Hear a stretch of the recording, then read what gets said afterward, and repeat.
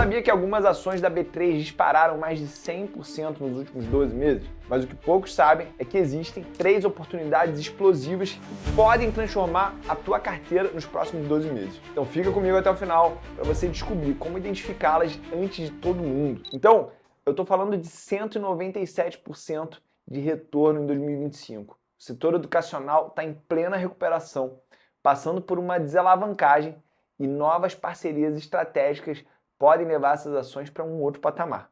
E quem entrar agora pode surfar o crescimento antes do próximo boom.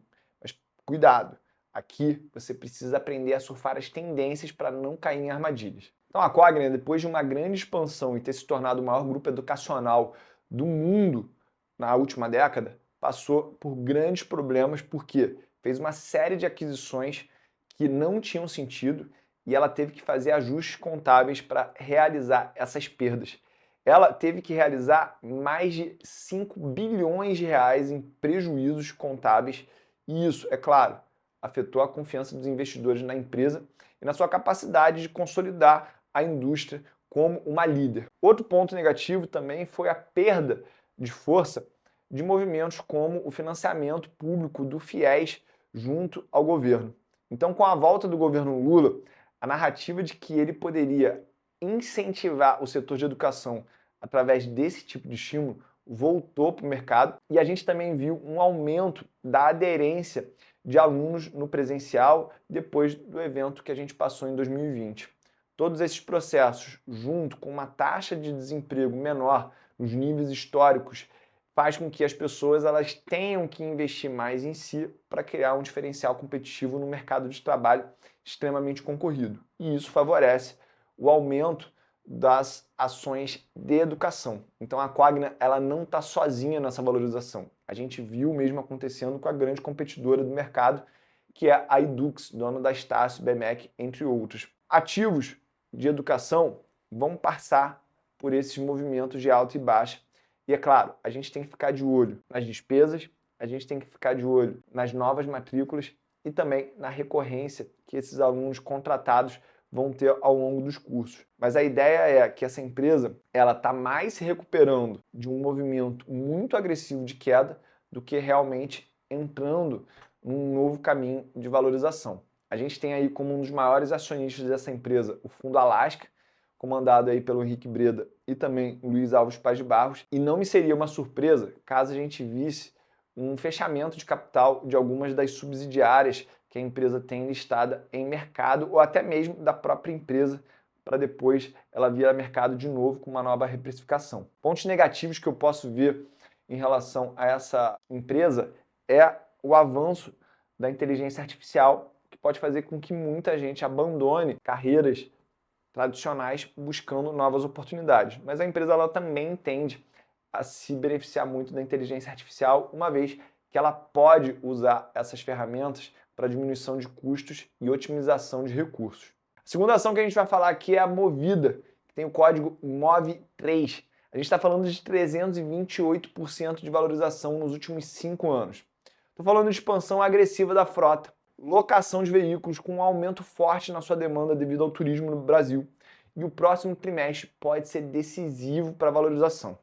E vamos lembrar, essa ação ela passava por um vento negativo devido ao aumento das taxas de juros, mas agora parece que isso já passou. Um dos grandes motivos que a gente pode ficar animado com a Movida é o crescimento do turismo, tanto de lazer, mas também o turismo do ponto de vista empresarial, empresas crescendo no Brasil e fazendo com que os seus colaboradores tenham que demandar carros por diária.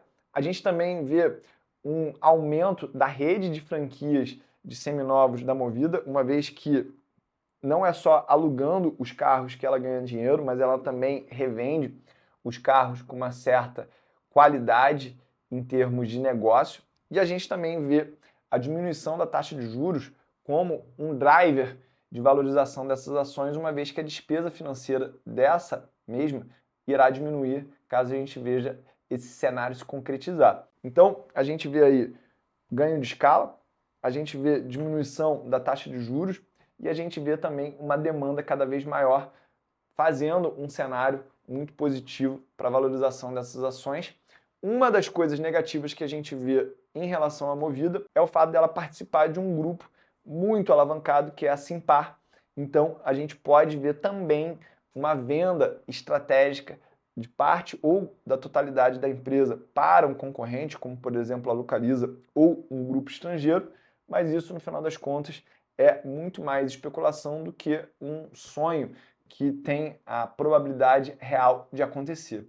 Então, o fato da empresa mãe, a controladora da holding, estar muito endividada faz com que todas as empresas ligadas a ela também tenham um desconto a mercado. E a terceira ação é a Blau Farmacêutica, mais de 312% de rentabilidade nos últimos tempos e a margem de lucro alta, bem acima da média, e com um ROIC, que é uma medida estatística de retorno, na casa dos 11,8%. Poucos investidores perceberam o potencial de consolidação do setor farmacêutico, uma indústria que historicamente, até nos Estados Unidos, tem uma alta rentabilidade. E um dos motivos que a gente pode pensar positivamente sobre a Blau Farmacêutica é o maior acesso à população a produtos farmacêuticos e também a dinâmica da pirâmide etária no Brasil está se movimentando para mais pessoas de terceira idade, o que naturalmente aumenta a demanda estrutural pelos produtos da empresa. É preciso que a gente tenha também muita cautela, uma vez que a disrupção nesse setor ela pode ser muito alta, mas a gente também pode pensar positivamente porque inovações como inteligência artificial podem acelerar a descoberta de novas drogas, podem também acelerar o processo de distribuição e logística, algo muito importante dentro desse setor, o que pode fazer com que as ações elas sejam reprecificadas para um novo patamar. Mas lembrando, existe volatilidade, existe risco, e você deve ficar ciente disso. Por isso que surfar a tendência é a melhor solução para quem tem pouco conhecimento ou conhecimento limitado. E isso, de forma nenhuma, é um demérito você admitir que você tem pouco conhecimento. Na verdade, ter o teu círculo de competência, claro, saber o que você sabe e o que você não sabe, é essencial para o investidor ser bem-sucedido no longo prazo. Então agora você conhece essas 3 oportunidades explosivas e agora é a hora de agir. Mas lembre-se, você precisa surfar as tendências, porque até mesmo as boas empresas, elas podem passar por momentos de ceticismo do mercado e enfrentar grandes tendências de queda. Quer o checklist completo para analisar essas e outras ações antes de todo mundo? Então clica aqui no primeiro link da descrição e baixa o material e me conta como você vai usar essas ações para potencializar a tua qualidade de vida.